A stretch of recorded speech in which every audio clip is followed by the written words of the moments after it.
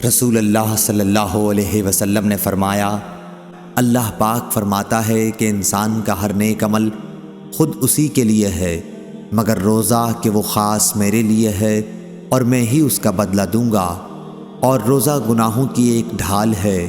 اگر کوئی روزے سے ہو تو اسے فحش گوئی نہ کرنی چاہیے اور نہ شور مچائے۔ اگر کوئی شخص اس کو گالی دے یا لڑنا چاہے تو اس کا جواب صرف یہ ہو کہ میں ایک روزے دار آدمی ہوں۔ اس ذات کی قسم جس کے ہاتھ میں محمد صلی اللہ علیہ وسلم کی جان ہے، روزے دار کے منہ کی بو اللہ تعالیٰ کے نزدیک مشک کی خوشبو سے بھی زیادہ بہتر ہے۔ روزے دار کو دو خوشیاں حاصل ہوں گی، ایک تو جب وہ افطار کرتا ہے تو خوش ہوتا ہے، اور دوسرے جب وہ اپنے رب سے ملاقات کرے گا تو اپنے روزے کا ثواب پا کر خوش ہوگا۔ رسول اللہ صلی اللہ علیہ وسلم نے فرمایا، جنت کا ایک دروازہ ہے جسے ریان کہتے ہیں، قیامت کے دن اس دروازے سے صرف روزے دار ہی جنت میں داخل ہوں گے، ان کے سوا اور کوئی اس میں سے نہیں داخل ہوگا۔ پکارا جائے گا کہ روزے دار کہاں ہیں؟ وہ کھڑے ہو جائیں گے، ان کے سوا اس سے اور کوئی نہیں اندر جانے پائے گا، اور جب یہ لوگ اندر چلے جائیں گے تو یہ دروازہ بند کر دیا جائے گا، پھر اس سے کوئی اندر نہ جا سکے گا۔ رسول اللہ صلی اللہ علیہ وسلم نے فرمایا، جب رمضان کا مہینہ آتا ہے تو آسمان کے تمام دروازے کھول دیے جاتے ہیں، جہنم کے دروازے بند کر دیے جاتے ہیں، اور شیاطین کو زنجیروں سے جکڑ دیا جاتا ہے۔ رسول اللہ صلی اللہ علیہ وسلم نے فرمایا کہ جب رمضان کا چاند دیکھو تو روزہ شروع کر دو، اور جب شوال کا چاند دیکھو تو روزہ افطار کر دو، اور اگر ابر ہو تو اندازے سے کام کرو، یعنی 30 روزے پورے کر لو۔ اور بعض نے لیث سے بیان کیا کہ مجھ سے عقیل اور یونس نے بیان کیا کہ رمضان کا چاند مراد ہے۔ رسول اللہ صلی اللہ علیہ وسلم نے فرمایا، جو کوئی شب قدر میں ایمان کے ساتھ اور حصول ثواب کی نیت سے عبادت میں کھڑا ہو، اس کے تمام اگلے گناہ بخش دیے جائیں گے، اور جس نے رمضان کے روزے ایمان کے ساتھ اور ثواب کی نیت سے رکھے، اس کے اگلے تمام گناہ معاف کر دیے جائیں گے۔ نبی کریم صلی اللہ علیہ وسلم سخاوت اور خیر کے معاملے میں سب سے زیادہ سخی تھے، اور آپ صلی اللہ علیہ وسلم کی سخاوت اس وقت اور زیادہ بڑھ جاتی تھی جب جبرائیل علیہ السلام آپ صلی اللہ علیہ وسلم سے رمضان میں ملتے۔ جبرائیل علیہ السلام حضرت صلی اللہ علیہ وسلم سے رمضان شریف کی ہر رات میں ملتے، یہاں تک کہ رمضان گزر جاتا۔ نبی کریم صلی اللہ علیہ وسلم جبرائیل علیہ السلام سے قرآن کا دور کرتے تھے۔ جب حضرت جبرائیل علیہ السلام آپ سے ملنے لگتے تو آپ صلی اللہ علیہ وسلم چلتی ہوا سے بھی زیادہ بھلائی پہنچانے میں سخی ہو جایا کرتے تھے۔ رسول اللہ صلی اللہ علیہ وسلم نے فرمایا، اگر کوئی شخص جھوٹ بولنا اور دغابازی کرنا روزے رکھ کر بھی نہ چھوڑے تو اللہ تعالیٰ کو اس کی کوئی ضرورت نہیں کہ وہ اپنا کھانا پینا چھوڑ دے۔ رسول اللہ صلی اللہ علیہ وسلم نے فرمایا، دوزخ سے بچنے کے لیے ایک ڈھال ہے، اس لیے روزہ دار نہ فحش باتیں کرے اور نہ جہالت کی باتیں، اور اگر کوئی شخص اس سے لڑے یا اسے گالی دے تو اس کا جواب صرف یہ ہونا چاہیے کہ میں روزہ دار ہوں۔ یہ الفاظ 2 مرتبہ کہہ دے، اس ذات کی قسم جس کے ہاتھ میں میری جان ہے، روزے دار کے منہ کی بو اللہ کے نزدیک مشک کی خوشبو سے بھی زیادہ پسندیدہ اور پاکیزہ ہے۔ اللہ تعالیٰ فرماتا ہے، بندہ اپنا کھانا پینا اور اپنی شہوات میرے لیے چھوڑتا ہے، روزہ میرے لیے ہے اور میں ہی اس کا بدلہ دوں گا، اور دوسری نیکیوں کا ثواب بھی اصل نیکی کے 10 گنا ہوتا ہے۔ رسول اللہ صلی اللہ علیہ وسلم نے فرمایا، سحری کھاؤ کہ سحری میں برکت ہوتی ہے۔ رسول اللہ صلی اللہ علیہ وسلم نے فرمایا، جب کوئی بھول گیا اور کچھ کھا پی لیا تو اسے چاہیے کہ اپنا روزہ پورا کرے، کیونکہ اس کو اللہ نے کھلایا اور پلایا۔ ابو ہریرہ رضی اللہ عنہ نے بیان کیا کہ ہم نبی کریم صلی اللہ علیہ وسلم کی خدمت میں تھے کہ ایک شخص نے حاضر ہو کر کہا، یا رسول اللہ صلی اللہ علیہ وسلم، میں تو تباہ ہو گیا۔ آپ نے دریافت فرمایا، کیا بات ہوئی؟ اس نے کہا کہ میں نے روزے کی حالت میں اپنی بیوی سے جمع کر لیا ہے۔ اس پر رسول اللہ صلی اللہ علیہ وسلم نے دریافت فرمایا، کیا تمہارے پاس کوئی غلام ہے جسے تم آزاد کر سکو؟ اس نے کہا نہیں۔ پھر آپ صلی اللہ علیہ وسلم نے دریافت فرمایا، کیا پے در پہ 2 مہینے کے روزے رکھ سکتے ہو؟ اس نے عرض کی کہ نہیں۔ پھر آپ صلی اللہ علیہ وسلم نے پوچھا، کیا تم کو 60 مسکینوں کو کھانا کھلانے کی طاقت ہے؟ اس نے اس کا جواب بھی انکار میں دیا۔ راوی نے بیان کیا کہ پھر نبی کریم صلی اللہ علیہ وسلم تھوڑی دیر کے لیے ٹھہر گئے۔ ہم بھی اپنی اسی حالت میں بیٹھے ہوئے تھے کہ آپ صلی اللہ علیہ وسلم کی خدمت میں ایک بڑا تھیلا عرق نامی پیش کیا گیا جس میں کھجوریں تھیں۔ عرق تھیلے کو کہتے ہیں جسے کھجور کی چھال سے بناتے ہیں۔ حضرت صلی اللہ علیہ وسلم نے دریافت فرمایا کہ سائل کہاں ہے؟ اس نے کہا کہ میں حاضر ہوں۔ آپ صلی اللہ علیہ وسلم نے فرمایا کہ اسے لے لو اور صدقہ کر دو۔ اس شخص نے کہا، کیا یا رسول اللہ میں اپنے سے زیادہ محتاج پر صدقہ کر دوں؟ بخدا ان دنوں پتھریلے میدانوں کے درمیان کوئی بھی گھرانہ میرے گھر سے زیادہ محتاج نہیں ہے۔ اس پر نبی کریم صلی اللہ علیہ وسلم اس طرح ہنس پڑے کہ آپ کے آگے کے دانت دیکھے جا سکے۔ پھر آپ صلی اللہ علیہ وسلم نے ارشاد فرمایا کہ اچھا جا اپنے گھر والوں ہی کو کھلا دے۔ عائشہ رضی اللہ عنہا نے کہا کہ نبی کریم صلی اللہ علیہ وسلم صبح جنبی ہونے کی حالت میں کرتے، احتلام کی وجہ سے نہیں بلکہ جماع کی وجہ سے۔ پھر آپ صلی اللہ علیہ وسلم روزے سے رہتے، یعنی غسل فجر کی نماز سے پہلے سحری کا وقت نکل جانے کے بعد کرتے۔ رسول اللہ صلی اللہ علیہ وسلم نے فرمایا، میری امت کے لوگوں میں اس وقت تک خیر باقی رہے گی جب تک وہ افطار میں جلدی کرتے رہیں گے۔ رسول اللہ صلی اللہ علیہ وسلم نے فطر کی زکوٰۃ، صدقہ فطر، 1 سا کھجور، 1 سا جو فرض قرار دی تھی، غلام، آزاد مرد، عورت، چھوٹے اور بڑے تمام مسلمانوں پر آپ کا حکم یہ تھا کہ نماز عید کے لیے جانے سے پہلے یہ صدقہ ادا کر دیا جائے۔ رسول اللہ صلی اللہ علیہ وسلم نے ایک انصاری خاتون ام سنان رضی اللہ عنہا سے ابن عباس رضی اللہ عنہ نے ان کا نام بتایا تھا لیکن مجھے یاد نہ رہا، پوچھا کہ تو ہمارے ساتھ حج کیوں نہیں کرتی؟ وہ کہنے لگی کہ ہمارے پاس ایک اونٹ تھا جس پر ابو فلاں یعنی اس کا خاوند اور اس کا بیٹا سوار ہو کر حج کے لیے چل دیے، اور ایک اونٹ انہوں نے چھوڑا ہے جس سے پانی لایا جاتا ہے۔ آپ صلی اللہ علیہ وسلم نے فرمایا کہ اچھا جب رمضان آئے تو عمرہ کر لینا، کیونکہ رمضان کا عمرہ ایک حج کے برابر ہوتا ہے، یا اسی جیسی کوئی بات آپ صلی اللہ علیہ وسلم نے فرمائی۔ حضرت صلی اللہ علیہ وسلم اپنے حجرے سے نکلے، لوگوں کو شب قدر بتانا چاہتے تھے وہ کون سی رات ہے۔ اتنے میں 2 مسلمان آپس میں لڑ پڑے۔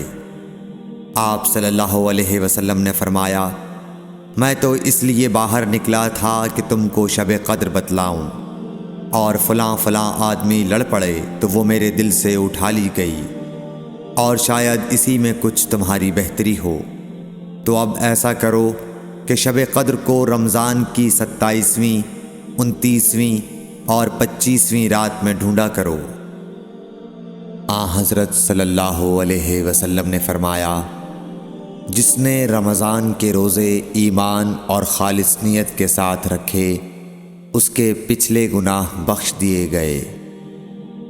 رسول اللہ صلی اللہ علیہ وسلم نے فرمایا کہ جس نے اللہ تعالیٰ کے راستے میں جہاد کرتے ہوئے ایک دن بھی روزہ رکھا، اللہ تعالیٰ اسے جہنم سے 70 سال کی مسافت کی دوری تک دور کر دے گا۔ ابو ہریرہ رضی اللہ عنہ نے بیان کیا کہ میں نے رسول اللہ صلی اللہ علیہ وسلم سے سنا، آپ صلی اللہ علیہ وسلم رمضان کے فضائل بیان فرما رہے تھے کہ جو شخص بھی اس میں ایمان اور نیت اجر و ثواب کے ساتھ رات میں نماز کے لیے کھڑا ہو، اس کے اگلے تمام گناہ معاف کر دیے جائیں گے۔ عائشہ رضی اللہ عنہا سے پوچھا کہ رسول اللہ صلی اللہ علیہ وسلم تراویح یا تہجد کی نماز رمضان میں کتنی رکعتیں پڑھتے تھے؟ تو انہوں نے بتلایا کہ رمضان ہو یا کوئی اور مہینہ، آپ صلی اللہ علیہ وسلم 11 رکعتوں سے زیادہ نہیں پڑھتے تھے۔ آپ صلی اللہ علیہ وسلم پہلی 4 رکعت پڑھتے، تم ان کے حسن و خوبی اور طول کا حال نہ پوچھو۔ پھر 4 رکعت پڑھتے، ان کے بھی حسن و خوبی اور طول کا حال نہ پوچھو۔ آخر میں 3 رکعت وتر پڑھتے تھے۔ میں نے ایک بار پوچھا، یا رسول اللہ صلی اللہ علیہ وسلم، کیا آپ وتر پڑھنے سے پہلے سو جاتے ہیں؟ تو آپ نے فرمایا، عائشہ میری آنکھیں سوتی ہیں لیکن میرا دل نہیں سوتا۔ عائشہ رضی اللہ عنہا نے خبر دی کہ رسول اللہ صلی اللہ علیہ وسلم ایک مرتبہ رمضان کی نصف شب میں مسجد تشریف لے گئے اور وہاں تراویح کی نماز پڑھی۔ کچھ صحابہ رضی اللہ عنہم بھی آپ صلی اللہ علیہ وسلم کے ساتھ نماز میں شریک ہو گئے۔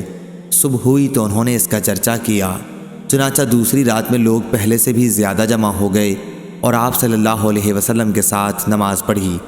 دوسری صبح کو اور زیادہ چرچا ہوا اور تیسری رات اس سے بھی زیادہ لوگ جمع ہو گئے۔ آپ نے اس رات بھی نماز پڑھی اور لوگوں نے آپ کی اقتدا کی۔ چوتھی رات کو یہ عالم تھا کہ مسجد میں نماز پڑھنے آنے والوں کے لیے جگہ بھی باقی نہیں رہی تھی، لیکن اس رات آپ صلی اللہ علیہ وسلم برآمد ہی نہیں ہوئے بلکہ صبح کی نماز کے لیے باہر تشریف لائے۔ جب نماز پڑھ لی تو لوگوں کی طرف متوجہ ہو کر شہادت کے بعد فرمایا، اما بعد، تمہارے یہاں جمع ہونے کا مجھے علم تھا، لیکن مجھے خوف اس کا ہوا کہ کہیں یہ نماز تم پر فرض نہ کر دی جائے اور پھر تم اس کی ادائیگی سے عاجز ہو جاؤ۔ چنانچہ جب نبی کریم صلی اللہ علیہ وسلم کی وفات ہوئی تو یہی کیفیت قائم رہی۔ رسول اللہ صلی اللہ علیہ وسلم نے فرمایا، جس نے رمضان کی راتوں میں بیدار رہ کر نماز تراویح پڑھی، ایمان اور ثواب کی نیت کے ساتھ، اس کے اگلے تمام گناہ معاف ہو جائیں گے۔ ابن شہاب نے بیان کیا کہ پھر نبی کریم صلی اللہ علیہ وسلم کی وفات ہو گئی اور لوگوں کا یہی حال رہا، الگ الگ اکیلے اور جماعتوں سے تراویح پڑھتے تھے۔ اس کے بعد ابو بکر رضی اللہ عنہ کے دور خلافت میں اور عمر رضی اللہ عنہ کے ابتدائی دور خلافت میں بھی ایسا ہی رہا۔ عبد الرحمن بن عبد القاری سے روایت کی کہ انہوں نے بیان کیا کہ میں عمر بن خطاب رضی اللہ عنہ کے ساتھ رمضان کی ایک رات کو مسجد میں گیا۔ سب لوگ متفرق اور منتشر تھے، کوئی اکیلا نماز پڑھ رہا تھا اور کچھ کسی کے پیچھے کھڑے ہوئے تھے۔ اس پر عمر رضی اللہ عنہ نے فرمایا، میرا خیال ہے کہ اگر میں تمام لوگوں کو ایک قاری کے پیچھے جمع کر دوں تو زیادہ اچھا ہوگا۔ چنانچہ آپ نے یہی ٹھان کر ابی ابن کعب رضی اللہ عنہ کو ان کا امام بنا دیا۔ پھر ایک رات جو میں ان کے ساتھ نکلا تو دیکھا کہ لوگ اپنے امام کے پیچھے نماز تراویح پڑھ رہے ہیں۔ حضرت نے فرمایا، یہ نیا طریقہ بہتر اور مناسب ہے، اور رات کا وہ حصہ جس میں یہ لوگ سو جاتے ہیں اس حصے سے بہتر اور افضل ہے جس میں یہ نماز پڑھتے ہیں۔ آپ کی مراد رات کے آخری حصے کی فضیلت سے تھی، کیونکہ لوگ یہ نماز رات کے شروع ہی میں پڑھ لیتے تھے۔ عبداللہ بن عمر رضی اللہ عنہ نے کہا کہ رسول اللہ صلی اللہ علیہ وسلم رمضان کے آخری عشرے میں اعتکاف کرتے تھے۔ عائشہ رضی اللہ عنہا نے بیان کیا کہ جب رمضان کا آخری عشرہ آتا تو نبی کریم صلی اللہ علیہ وسلم اپنا تہبند مضبوط باندھتے، یعنی اپنی کمر پوری طرح کس لیتے، اور ان راتوں میں آپ صلی اللہ علیہ وسلم خود بھی جاگتے اور اپنے گھر والوں کو بھی جگایا کرتے تھے۔ ابو سلمہ بن عبد الرحمن نے بیان کیا کہ میں ابو سعید خدری رضی اللہ تعالیٰ عنہ کی خدمت میں حاضر ہوا۔ میں نے عرض کی کہ فلاں نخلستان میں کیوں نہ چلیں، سیر بھی کریں گے اور کچھ باتیں بھی کریں گے۔ چنانچہ آپ تشریف لے چلے۔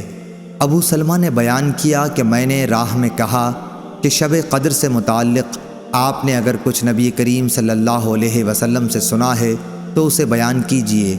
انہوں نے کہا کہ نبی کریم صلی اللہ علیہ وسلم نے رمضان کے پہلے عشرے میں اعتکاف کیا اور ہم بھی آپ کے ساتھ اعتکاف میں بیٹھ گئے، لیکن جبریل علیہ السلام نے آ کر بتایا کہ آپ جس کی تلاش میں ہیں وہ شب قدر آگے ہے۔ چنانچہ آپ نے دوسرے عشرے میں بھی اعتکاف کیا اور آپ کے ساتھ ہم نے بھی۔ جبریل علیہ السلام دوبارہ آئے اور فرمایا کہ آپ جس کی تلاش میں ہیں وہ رات آگے ہے۔ پھر آپ نے 20ویں رمضان کی صبح کو خطبہ دیا۔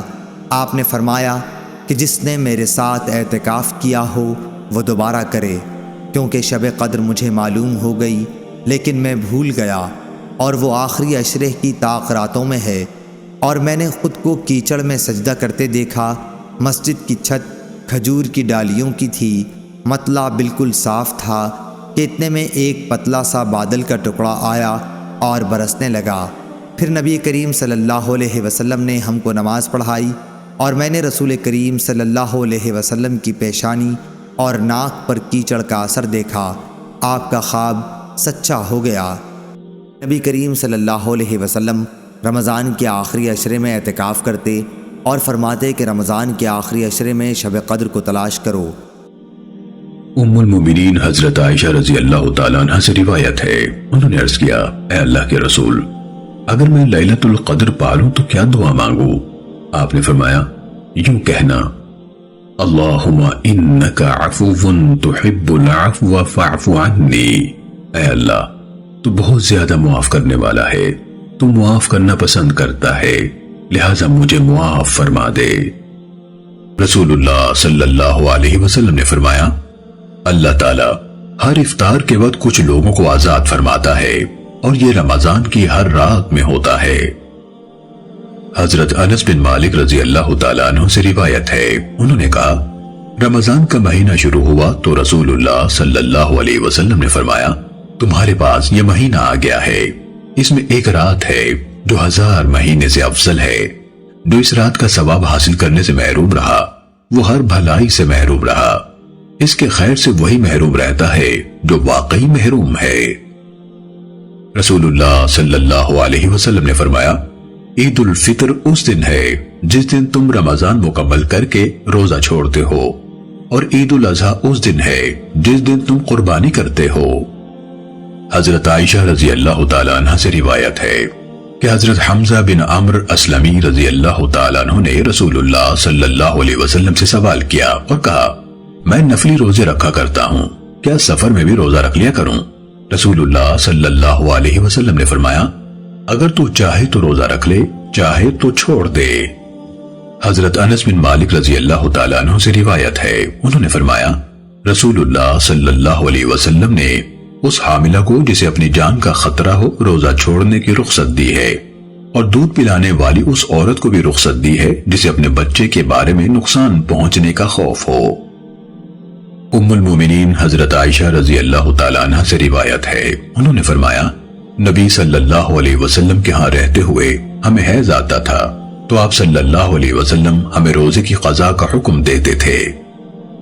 حضرت فضالہ بن عبید انصاری رضی اللہ تعالیٰ عنہ سے روایت ہے، انہوں نے فرمایا، نبی صلی اللہ علیہ وسلم ایک ایسے دن ان کے پاس تشریف لائے جس دن آپ روزہ رکھا کرتے تھے۔ آپ نے پانی کا برتن طلب فرمایا اور پی لیا۔ ہم نے کہا، اے اللہ کے رسول، یہ تو وہ دن ہے جس دن آپ روزہ رکھا کرتے تھے۔ فرمایا، ہاں، لیکن مجھے قے آ گئی تھی۔ حضرت عائشہ رضی اللہ تعالیٰ عنہ سے روایت ہے، انہوں نے فرمایا، رسول اللہ صلی اللہ علیہ وسلم روزے کی حالت میں بوسہ لے لیتے تھے، اور تم میں سے کسے اپنی خواہش پر اتنا قابو ہو سکتا ہے جتنا رسول اللہ صلی اللہ علیہ وسلم کو اپنی خواہش پر قابو حاصل تھا۔ رسول اللہ صلی اللہ علیہ وسلم نے فرمایا، بعض روزے داروں کو روزے سے بھوک کے سوا کچھ نہیں ملتا، اور بعض قیام کرنے والوں کو قیام سے بیداری کے سوا کچھ نہیں ملتا۔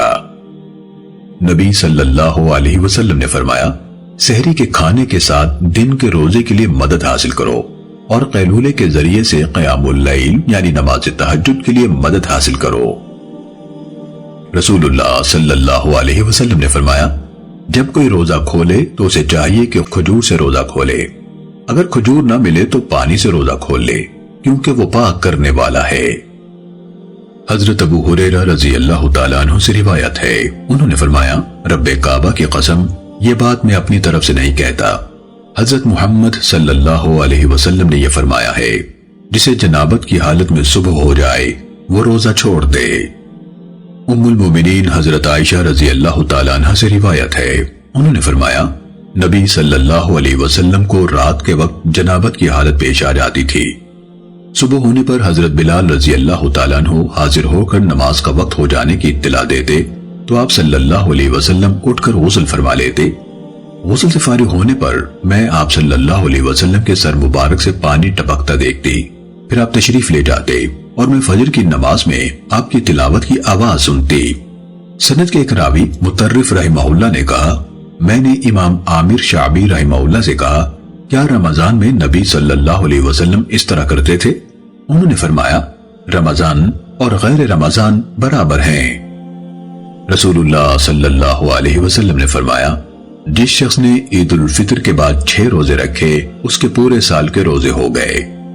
من جاء بالحسنۃ فلہ 10 امثالها، جو شخص نیکی کرے اس کے لیے اس کا 10 گنا ثواب ہے۔ رسول اللہ صلی اللہ علیہ وسلم نے فرمایا، جس شخص نے رمضان کے روزے رکھے پھر اس کے بعد شوال میں 6 روزے بھی رکھ لیے تو اس نے گویا زبان بھر کے روزے رکھے۔ حضرت ابو عبید رحمہ اللہ سے روایت ہے، انہوں نے کہا، میں حضرت عمر ابن الخطاب رضی اللہ تعالیٰ عنہ کے ساتھ عید میں حاضر تھا۔ امیر المومنین رضی اللہ تعالیٰ عنہ نے خطبے سے پہلے نماز شروع کی اور نماز کے بعد خطبہ دیتے ہوئے فرمایا، رسول اللہ صلی اللہ علیہ وسلم نے ان 2 دنوں کا روزہ رکھنے سے منع فرمایا ہے، یعنی عید الفطر کے دن اور عید الاضحیٰ کے دن۔ عید الفطر کا دن تو تمہارا روزوں سے فارغ ہونے کا دن ہے اور عید الاضحیٰ کے دن تم اپنی قربانیوں کا گوشت کھاتے ہو۔ رسول اللہ صلی اللہ علیہ وسلم نے فرمایا، جس نے روزے دار کا روزہ افطار کرایا اسے ان روزے داروں کے برابر ثواب ملے گا، لیکن ان کے ثواب میں کچھ کمی نہیں ہوگی۔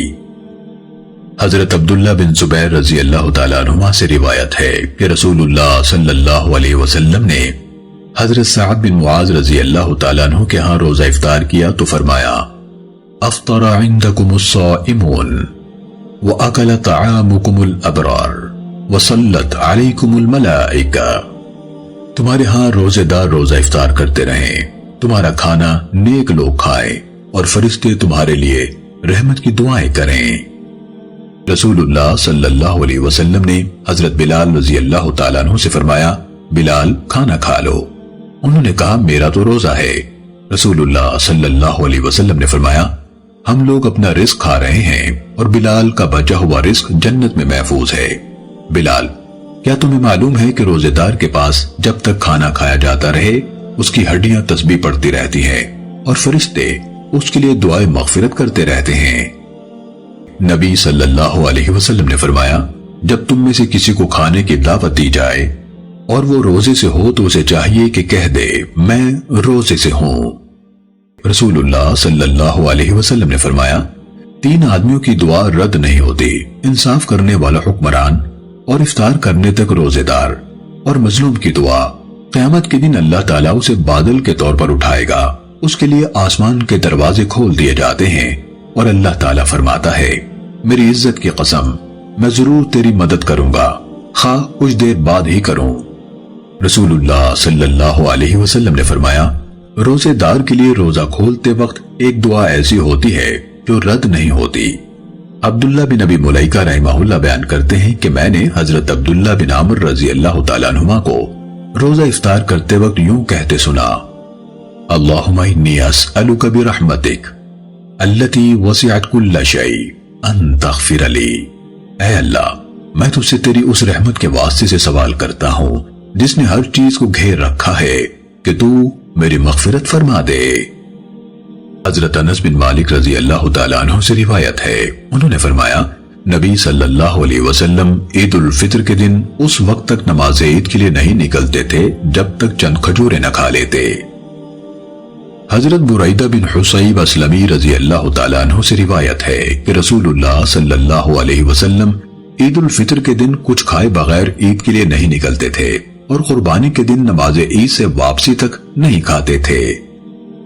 نبی صلی اللہ علیہ وسلم نے فرمایا، عورت اپنے خاوند کی موجودگی میں اس کی اجازت کے بغیر ماہ رمضان کے علاوہ کسی دن کا روزہ نہ رکھے۔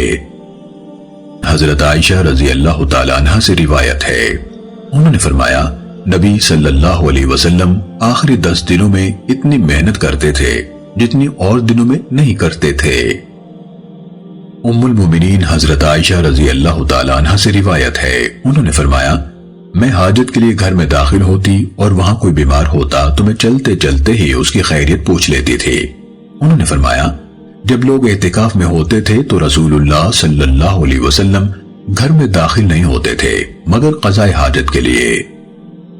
رسول اللہ صلی اللہ علیہ وسلم نے فرمایا، اعتکاف والا جنازے کے ساتھ جا سکتا ہے اور بیمار کی بیمار پرسی کر سکتا ہے۔ حضرت عائشہ رضی اللہ تعالیٰ عنہ سے روایت ہے، انہوں نے فرمایا، رسول اللہ صلی اللہ علیہ وسلم اعتکاف بیٹھے ہوتے تو اپنا سر مبارک میرے قریب کر دیتے، میں آپ صلی اللہ علیہ وسلم کا سر مبارک دھو کر کنگھی کر دیتی۔ میں اپنے حجرے میں ہوتی تھی اور ایام سے ہوتی تھی اور آپ صلی اللہ علیہ وسلم مسجد میں ہوتے تھے۔ حضرت ابن عباس رضی اللہ تعالیٰ عنہ بیان کرتے ہیں کہ رسول اللہ صلی اللہ علیہ وسلم نے صدقہ فطر کو فرض قرار دیا تاکہ روزے کے لیے لغو اور بیہودہ اقوال و افعال سے پاکیزگی ہو جائے اور مسکینوں کو طعام حاصل ہو۔ چنانچہ جس نے اسے نماز عید سے پہلے ادا کر دیا تو یہ ایسی زکوٰۃ ہے جو قبول کر لی گئی، اور جس نے اسے نماز کے بعد ادا کیا تو یہ عام صدقات میں سے ایک صدقہ ہے۔ حضرت ابن عمر رضی اللہ تعالیٰ عنہ بیان کرتے ہیں کہ رسول اللہ صلی اللہ علیہ وسلم نے ہمیں صدقہ فطر کے متعلق حکم فرمایا تھا کہ اسے لوگوں کے نماز عید کی طرف جانے سے پہلے ادا کر دیا جائے۔ نافع نے کہا، حضرت ابن عمر رضی اللہ تعالیٰ عنہ اسے عید سے 1-2 دن پہلے ہی ادا کر دیا کرتے تھے۔ حضرت ابن عمر رضی اللہ تعالیٰ عنہ سے مروی ہے کہ رسول اللہ صلی اللہ علیہ وسلم نے رمضان میں صدقہ فطر فرض فرمایا، اس طرح کہ ہر مسلمان آزاد، غلام، مرد اور عورت کی طرف سے کھجور یا جو کا 1 صاع دیا جائے۔ حضرت عبداللہ بن عمر رضی اللہ تعالیٰ عنہ بیان کرتے ہیں کہ لوگ رسول اللہ صلی اللہ علیہ وسلم کے زمانے میں جو، کھجور، بغیر چھلکے کے جو یا کشمش میں سے 1 صاع صدقہ فطر ادا کیا کرتے تھے۔ جناب نافع کہتے ہیں، حضرت عبداللہ رضی اللہ تعالیٰ عنہ نے کہا کہ جب حضرت عمر رضی اللہ تعالیٰ عنہ کا دور آیا اور گندم کی کثرت ہو گئی تو انہوں نے ان اشیاء کے 1 صاع کے بجائے گندم کا آدھا صاع مقرر کر دیا۔ نبی صلی اللہ علیہ وسلم نے فرمایا، کھجور مومن کی بہترین سحری ہے۔ حضرت انس بن مالک رضی اللہ تعالیٰ عنہ کا بیان ہے کہ رسول اللہ صلی اللہ علیہ وسلم نماز سے پہلے تازہ کھجوروں سے روزہ افطار فرماتے، اگر تازہ کھجوریں نہ ہوتی تو خشک کھجور تناول فرما لیتے، یہ بھی نہ ہوتی تو پانی کے چند گھونٹ پی لیا کرتے تھے۔ مروان بن سالم مقفع کہتے ہیں کہ میں نے حضرت ابن عمر رضی اللہ عنہما کو دیکھا کہ وہ داڑھی کو اپنی مٹھی میں لیتے اور اس سے جو بڑی ہوئی ہوتی اسے کاٹ ڈالتے، اور بیان کیا کہ رسول اللہ صلی اللہ علیہ وسلم جب روزہ افطار کرتے تو یہ دعا پڑھتے تھے، ذهب الظمأ وابتلت العروق وثبت الاجر انشاء اللہ، پیاس بجھ گئی، رگیں تر ہو گئی اور اللہ نے چاہا تو اجر بھی ثابت ہو گیا۔ حضرت ارباز بن ساریہ رضی اللہ تعالیٰ عنہ سے مروی ہے کہ رسول اللہ صلی اللہ علیہ وسلم نے مجھے رمضان میں سحری کے لیے بلایا اور فرمایا، آؤ مبارک کھانا یعنی غدا کھا لو۔ حضرت ابن عباس رضی اللہ تعالیٰ عنہ بیان کرتے ہیں کہ نبی صلی اللہ علیہ وسلم مدینے سے مکے کی طرف روانہ ہوئے حتیٰ کہ مقام عصفان پر پہنچ گئے، پھر آپ نے برتن منگوایا اور اسے اپنے منہ کی طرف بلند کیا تاکہ لوگ آپ کو دیکھ لیں کہ آپ افطار کر رہے ہیں، اور یہ رمضان کا واقعہ ہے۔ چنانچہ ابن عباس رضی اللہ عنہما فرمایا کرتے تھے کہ بلا شبہ نبی صلی اللہ علیہ وسلم نے روزہ رکھا ہے اور چھوڑا بھی، سو جو چاہے رکھ لے اور جو چاہے افطار کر لے۔ حضرت انس رضی اللہ تعالیٰ عنہ سے منقول ہے، انہوں نے کہا، ہم نے رمضان میں رسول اللہ صلی اللہ علیہ وسلم کے ساتھ سفر کیا تو ہم میں سے کچھ نے روزہ رکھا اور کچھ نے نہ رکھا، چنانچہ روزے داروں نے چھوڑنے والوں پر یا چھوڑنے والوں نے روزے داروں پر کوئی عیب نہ لگایا۔ آیت کریمہ، یا ایھا الذین آمنوا کتب علیکم الصیام کما کتب علی الذین من قبلکم، اے ایمان والو، تم پر روزہ رکھنا فرض کیا گیا ہے جیسے کہ تم سے پہلے لوگوں پر فرض کیا گیا تھا۔ کی تفسیر میں حضرت ابن عباس رضی اللہ عنہما سے مروی ہے کہ نبی صلی اللہ علیہ وسلم کے دور میں لوگ جب عشاء کی نماز پڑھ لیتے تو ان پر کھانا پینا اور بیویاں حرام ہو جاتی تھی اور وہ اگلی شام تک کے لیے روزے دار ہو جاتے تھے۔ پھر ایسے ہوا کہ ایک آدمی اپنے نفس کی خیانت کر بیٹھا، یعنی اس نے اپنی بیوی سے ہم بستری کر لی جبکہ وہ عشاء کی نماز پڑھ چکا تھا اور سیر ہو کر کھانا بھی نہیں کھایا تھا، تو اللہ تعالیٰ نے چاہا کہ اس عمل میں باقی لوگوں کے لیے آسانی، رخصت اور نفع پیدا فرما دے، تو اللہ تعالیٰ نے فرمایا، علم اللہ انکم کنتم تختانون انفسکم، اللہ تعالیٰ خوب جانتا ہے کہ تم اپنے نفسوں کے ساتھ خیانت کرتے ہو، چنانچہ یہ فرمان اسی سلسلے میں ہے جس کے ذریعے سے اللہ تعالیٰ نے لوگوں کو نفع دیا ہے اور ان کے لیے رخصت اور آسانی فرما دی ہے۔ اکرمہ سے منقول ہے کہ حضرت ابن عباس رضی اللہ تعالیٰ عنہما آیت کریمہ وَعَلَى الَّذِينَ يُطِيقُونَهُ فِدْيَةٌ طَعَامُ مِسْكِينٍ کے سلسلے میں فرماتے ہیں کہ جو کوئی ایک مسکین کا فدیہ دینا چاہتا دے دیتا تھا اور اس کا روزہ پورا اور کامل سمجھا جاتا تھا۔ پھر اللہ تعالیٰ نے فرمایا فَمَن تَطَوَّعَ خَيْرًا فَهُوَ خَيْرٌ لَهُ وَأَن تَصُومُوا خَيْرٌ لَكُمْ، جو خوشی سے بھلائی کرے یعنی مسکین کو کھانا کھلائے تو یہ اس کے لیے بہتر ہے اور روزہ رکھنا تمہارے لیے بہتر ہے، اور فرمایا فَمَن شَهِدَ مِنكُمُ الشَّهْرَ فَلْيَصُمْ وَمَن كَانَ مَرِيضًا أَوْ عَلَى سَفَرٍ فَعِدَّةٌ مِّنْ أَيَّامٍ أُخَرَ، جو شخص اس مہینے میں حاضر ہو تو اسے چاہیے کہ اس کے روزے رکھے، اور جو مریض ہو یا سفر پر ہو تو وہ دوسرے دنوں میں ان کی گنتی پوری کرے۔